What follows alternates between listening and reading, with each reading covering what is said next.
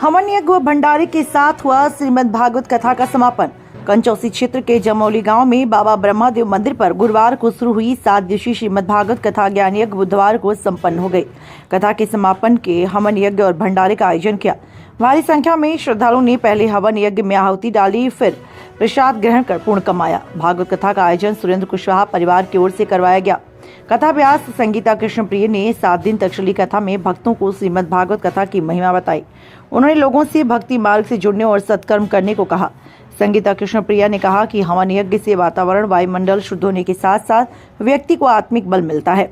व्यक्ति में धार्मिक आस्था जागृत होती है। दुर्गुणों की बजाय सद्गुणों के द्वार खुलते हैं। यज्ञ से देवता प्रसन्न होकर मनवांछित फल प्रदान करते हैं। उन्होंने बताया, भागवत कथा के श्रवण से व्यक्ति भवसागर से पार हो जाता है। श्रीमद् भागवत से जीव में भक्ति, ज्ञान, वैराग्य के भाव उत्पन्न होते हैं। इसके श्रवण मात्र से व्यक्ति के पाप पुण्य में बदल जाते हैं। विचारों में बदलाव होने पर व्यक्ति के आचरण में स्वयं बदलाव होता है। कथावाचक संगीता कृष्णप्रिया ने भंडारे के प्रसाद का वर्णन किया।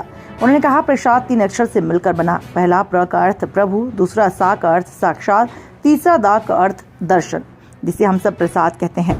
हर कथा या अनुष्ठान का तत्वसार होता है जो मन, बुद्धि, चित्त को निर्मल कर देता है।